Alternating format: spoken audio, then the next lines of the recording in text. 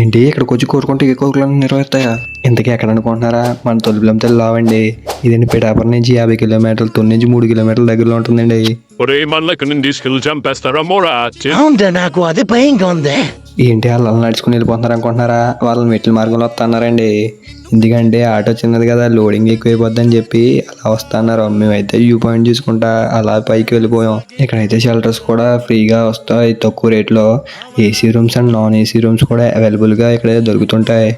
ఇక్కడైతే తక్కువ రేట్లోనే మనకు షెల్టర్ దొరుకుతుంది. అలా పైకి వెళ్ళి కొద్ది షెల్టర్ రేటు ఎక్కువైపోతూ పెరుగుతూ ఉంటుంది.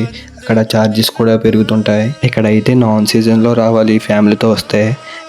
సండే వచ్చారంటే సీజన్ ఎక్కువగా ఉంటుంది, డ్రింకర్స్ కూడా ఎక్కువగా ఉంటారు. ఫ్యామిలీతో వచ్చినప్పుడు కొంచెం జాగ్రత్తగా ఉండండి. ఈ షెల్టర్స్ అన్ని తర్వాత చూసుకుందాం అని చెప్పి అలా కొండెక్కేసి ముందుగా దర్శనం చేసుకోవడానికి ప్రిఫర్ చేసాము. అసలు మ్యాటర్ ఏంటంటే ఇక్కడ ఒరిజినల్ గుడి ఇక్కడ కన్స్ట్రక్షన్ జరుగుతుంది. అందుకని ఇక్కడ కొండ కింద చిన్న గుడిలో ఉంది. ఆ గోడ దగ్గరికి ముందు దర్శనం చేసుకోవడం మెయిన్గా బేగే వెళ్ళిపోదామని మేము అనుకున్నాం.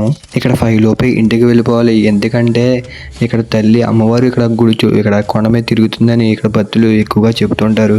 5 దాటిందంటే ఇక్కడ పైన ఎవరు ఉండరు, కొండకి దిగేస్తారు కిందకి. అమ్మవారు ఇక్కడ చుట్టూరు తిరుగుతుందని ప్రజలు ఎక్కువ నమ్ముతారు. ముందుగా రాగానే దర్శనం చేసుకుందాం అని చెప్పి క్యూలోకి వెళ్ళాం. అక్కడ అయితే రష్గా ఏం లేదు, బాగానే ఉంది. అమ్మవారి దర్శనం అయితే చాలా బాగా జరిగింది. ఒక పాజిటివ్ ఎనర్జీ మాతో వచ్చినట్టు అనిపించింది. ఇదైతే కిందకి దిగ్గానే ప్రసాదాల కౌంటర్ ఇక్కడే పక్కన ఉంటుంది. ఇదే అయితే అక్కడ కన్స్ట్రక్షన్ జరిగే ప్లేస్. అమ్మవారి గుడి కూడా అక్కడ ఉంది. ఇదైతే మేము రాగానే ఇక్కడ ఆటో ఇక్కడ పెట్టేసాం. దర్శనం ఎలాగో అయిపోయింది కదా, ఇప్పుడు షెల్టర్ కోసం మేము అయితే నిలకడానికి వెళ్ళాం. ఇక్కడ బాగుంటుందా అని ప్లేసు. మేము ఎప్పుడు వచ్చినా ఇక్కడే ప్లేస్ తీసుకుంటాం. మేము ఎవ్రీ ఇయర్ వస్తాం ఇక్కడికి, కానీ ఫ్యామిలీతో రావడం అయితే ఇదే ఫస్ట్. మేము ఎప్పుడు రాలేదు. మా బొడ్డోడు అయితే బరకం వేయడానికి అయితే మాతో ఉడత సాయం చేస్తారని మాతో తిరుగుతున్నాడు. ఇక్కడ మేము అయితే వంట సామాన్లు అన్నీ తెచ్చేసుకున్నాం. ఇక్కడ మేము వంట ప్రిపేర్ చేసుకోవడానికి మరి వంట సామాను అన్నీ కూడా తెచ్చుకొని వంట ప్రిపేర్ చేద్దామని రెడీ అయ్యాం. నేనైతే అన్ని విజిట్ చేయడానికి తిరిగాను. ఇది నాగమ్మ పుట్ట, ఎక్కువ కుర్రం లెవెల్ తీసుకెళ్ళొద్దు, కొంచెం చూస్తే వెళ్ళిపోతారు. మేమైతే వంటలకు మా అమ్మ వాళ్ళు ఇక్కడ ఉల్లిపాయలు అన్ని కోయడానికి సిద్ధపడుతున్నారు. మా బాబాయ్ అయితే మాంసం కోయడానికి కత్తితో నూరుతున్నాడు.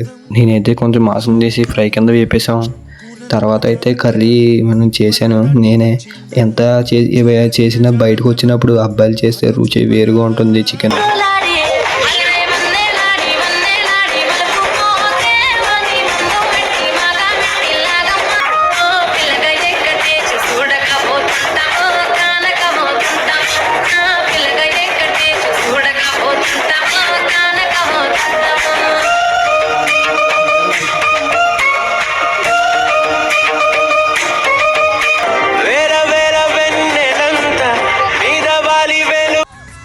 ఇక్కడ అక్కడ ఎంటర్టైన్మెంట్ అయిపోయాక ఇక్కడ భోజనాల సెక్షన్లోకి వచ్చేసాం.